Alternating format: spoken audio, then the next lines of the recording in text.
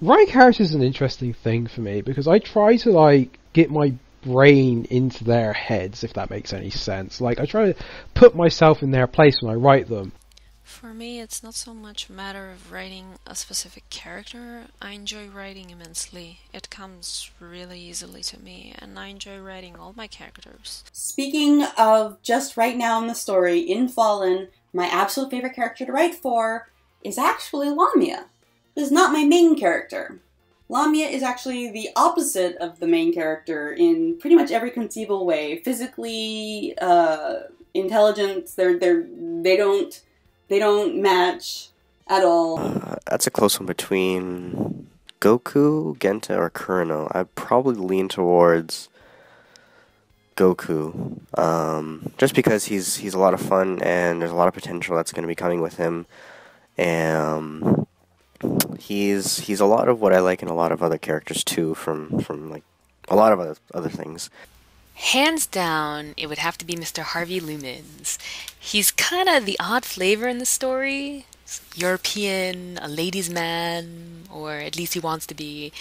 And he usually supplies the humor and frustration for all the other characters. Oh man, what a question. Because, well, I have so many characters, and I love writing them all, and I could rattle off a list, but most people wouldn't know who half of them were. Let me see. Well, the masked guy is fun to write, because, you know, whatever crude or mean or nasty or just downright strange thing pops into your head, that is totally acceptable to put down in the script. He would say that. It's more of an issue of which particular scenes I enjoy writing. There are a few key scenes in every story that I really want to show, and the in-between stuff is sometimes kind of like lever grinding. Most of the time, these major plot points are interactions between my main characters, which is as it should be.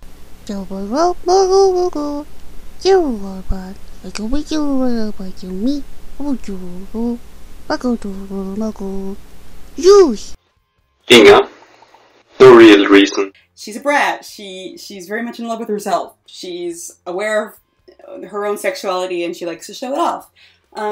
She doesn't like to really mingle with everybody else. She doesn't really like to say warm and fuzzy things, and she likes to keep everybody at arm's length because she doesn't know who she can trust. I think the ones that are my favourites to write are the most challenging, which are the villains, because a good villain is a villain with a good motivation, or at least the writer has tried to get themselves into a mindset so that their motivations make sense to them. A good villain doesn't see themselves as a villain. I like writing characters where you don't need to hold back. Like Thad, for instance. He's fun to write. It does amuse me when people might mention that Thad talks weird, or the way I write how he pronounces stuff, or saying that he swears too much or anything. I like that because that's how I talk, pretty much. I mean, he's a bit gruffer than me, but yeah, there's not all that much difference. So I do find it funny when people think that he talks unrealistic, or I'm putting on a really weird voice for him. No, I'm sorry guys, that's just the North. I didn't want to be all irreverent and make a walking stereotype or create a Michael Caine impersonator, but he was sounding too stiff and artificial at first, and it didn't have the playfulness that I was looking for. So that's when I started spying on some of my British coworkers when they weren't paying attention and writing down some of their dialogue. But I also bribed them with breakfast pastries eventually to help me out, and they were all pretty good sports about it.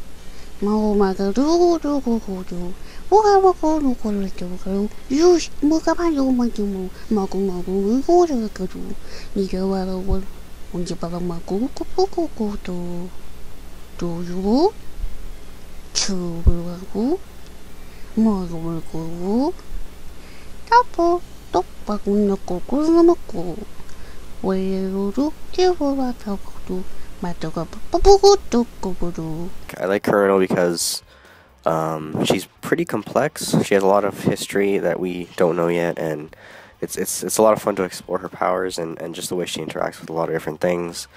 Genta, because well, he's Genta. I mean, he's a giant gorilla in a nice white tuxedo. She's a very complex character. She's going to go through some changes. And I absolutely can't wait to show what becomes of her and how she reacts to things. And I love writing her in Arma fighting. That's like my favorite part of the story, of course, always. But yeah, she's a bad girl, and bad girls are really fun to write for. So if we're talking just writing, and we're talking dialogue, and we're talking setting up scenes and everything, yeah, Lamia, all the way.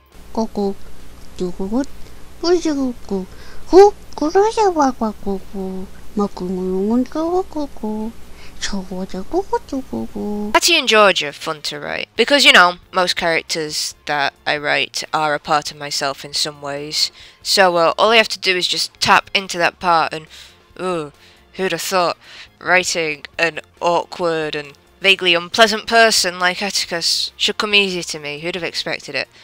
Or writing an annoying piece of shit like George? Who'd have thought? That can come easily to me as well. I just have to tap into that aspect of myself. I mean, people think that writing characters based on yourself is a bad thing, or, oh, Mary Sue. I think it's fine. Just base them on the parts of yourself you don't like, and then you'll be alright. Yeah, most of my characters are me in some way, definitely. Just take that negative trait and have fun with it. Oh, and of course, Harvey has his own quirky metaphors and misquotes to punch up that clownish behavior.